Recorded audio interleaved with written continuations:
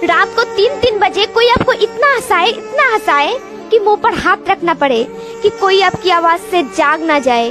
फिर जिंदगी में एक लम्हा आता है कि रात को 3-3 बजे वही शख्स आपको इतना रुलाती है कि मुंह पर हाथ रखना पड़ता है कि कोई आपकी आवाज से जाग ना जाए। दिल को ना दिल से जुदा कीजिए, अरे दिल को ना दिल से जुदा कीजिए, हुई है खता तो सजा दीजिए। अगर आप हमारे बिना रह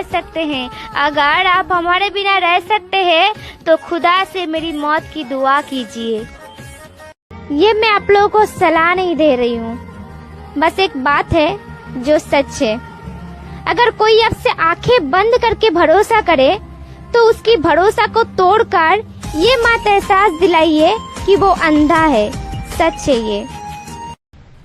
शायद तुमसे इश्क हुआ ही ना होता, उस दिन तुम्हें प्यार से छुआ ही ना होता।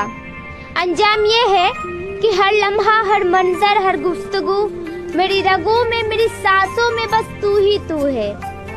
बाकी तो सब ठीक है मगर कहानी अधूरा सा है।